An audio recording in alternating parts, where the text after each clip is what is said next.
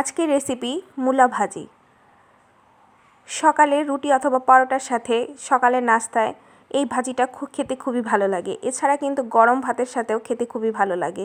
মূলার এই রেসিপিটা আমার মনে হয় অনেকেরই অজানা, তাই আজকের এই রেসিপিটি আপনাদের জন্য।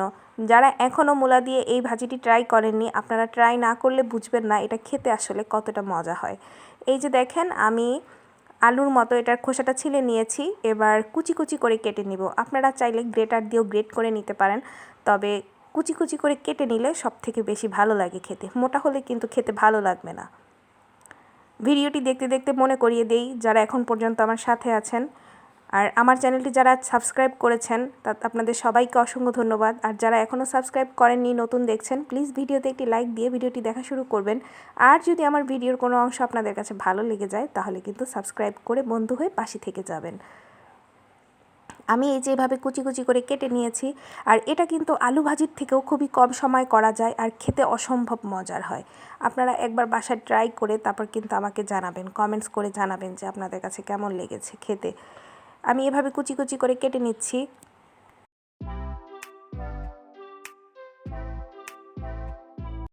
ভাজিটা করার জন্য কড়াইতে আমি পরিমাণ মতো তেল দিয়েছি। এবার দিয়ে দিলাম পেঁয়াজ আর কাঁচামরিচ কুচি। ঝালটা আপনারা পরিমাণ মতো বাড়িয়ে দিবেন। আমার ঘরে ছোট বেবি আছে, তাই একটু ঝালের পরিমাণটা কম করে দিয়েছি। তবে এই ভাজিতে যদি ঝালের পরিমাণ একটু বেশি দেওয়া হয় তাহলে কিন্তু খেতে খুবই ভালো লাগে। আর এই যেটাকে আমি খুব ভালোভাবে ধুয়ে পানি নিংড়ে নিয়েছি। পানিটা খুব ভালোভাবে নিংড়ে নেবেন, এতে করে মূলার যে একটা ফ্লেভার থাকে, অনেকে খেতে পারেন না, সেটা কিন্তু আসবে না। তারপরে এই যে দিয়ে দিলাম পেঁয়াজটা, একেবারে লাল করে ভাজা হয়নি, একেবারে কাঁচা কাঁচা থাকা অবস্থায় দিয়েছি, এতে করে খেতে খুবই ভালো লাগে।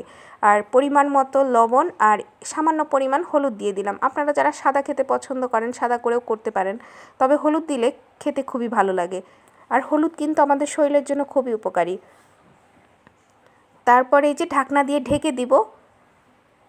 5 মিনিটের মতো মাঝারি আঁচে রান্না করেছি। এবার কিন্তু আমি এই যে দেখেন, মূলা থেকে যথেষ্ট পানি বের হয়েছে, তাতেই কিন্তু মূলাটা পুরোপুরি সেদ্ধ হয়ে গেছে। আর এটা কিন্তু খুব বেশি নাড়লে একেবারে ভর্তা টাইপ হয়ে যাবে, তাই খুব বেশি একটা নাড়া যাবে না।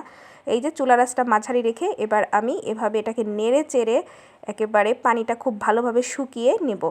আর আমি একটু তেলটা বেশি করে দিয়েছি, এতে করে ভাজিটা খেতে ভালো লাগবে মূলা ভাজিতে। আর কোনোভাবেই কিন্তু ভাজিটা পোড়া লাগা যাবে না। এই ভাজিটা যদি আলু ভাজির মতো পোড়া লাগে তাহলে কিন্তু খেতে একটুকু ভালো লাগবে না। এই যে আমি নামিয়ে নিয়েছি, তৈরি হয়ে গেছে মূলা ভাজি। এবার রুটি দিয়ে শুধু খাওয়ার পালা। আপনারা যারা এখনও এটা ট্রাই করেননি, প্লিজ আপনারা বাসায় একবার ট্রাই করে আমাকে জানাবেন কেমন লেগেছে।